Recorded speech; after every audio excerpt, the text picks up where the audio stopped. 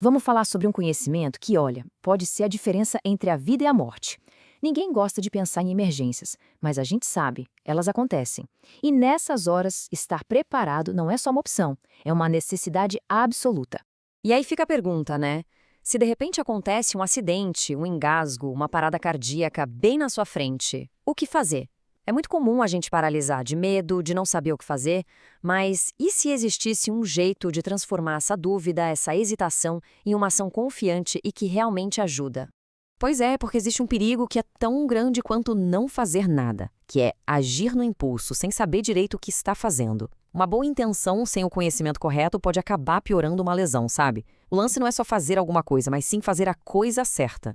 E é exatamente para isso que serve o SOS, Manual de Primeiros Socorros.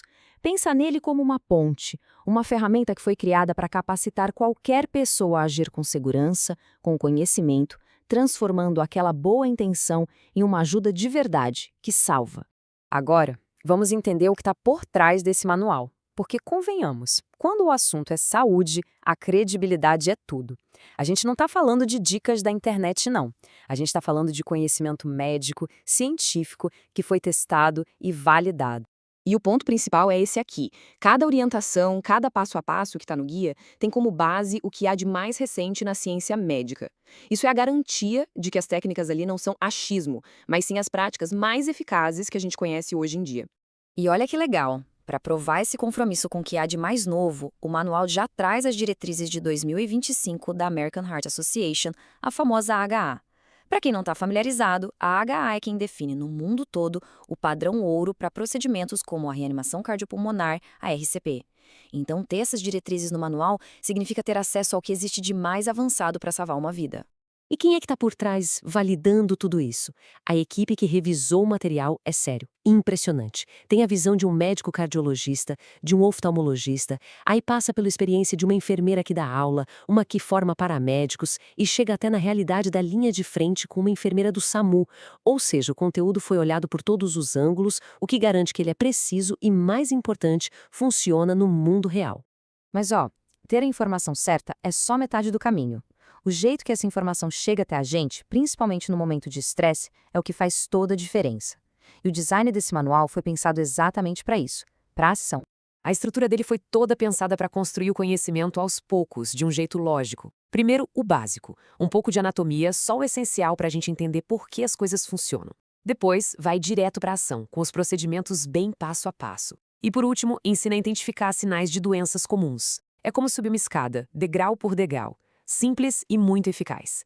Essa citação aqui mata a charada. A linguagem é super direta, sem complicação, sem jargão médico. E as ilustrações, elas são a alma do negócio. Elas não estão ali de enfeite, não. Elas são parte do ensino, mostrando exatamente o que fazer, como fazer. E tem um detalhe que faz uma baita diferença. As ilustrações são todas exclusivas, feitas à mão pelo artista Cláudio Andres Gatica Munhoz. Esse cuidado, esse toque humano, resulta em imagens de uma clareza incrível, pensadas para serem entendidas num piscar de olhos, mesmo debaixo da maior pressão. Tá, então vamos para o coração da coisa. O que de fato a gente aprende? Para que tipo de situação crítica esse manual nos prepara? A lista é bem completa, viu? Vai desde o engasgo, que tecnicamente se chama OVAC, até as emergências mais graves que a gente possa imaginar, como uma parada cardíaca que precisa de RCP.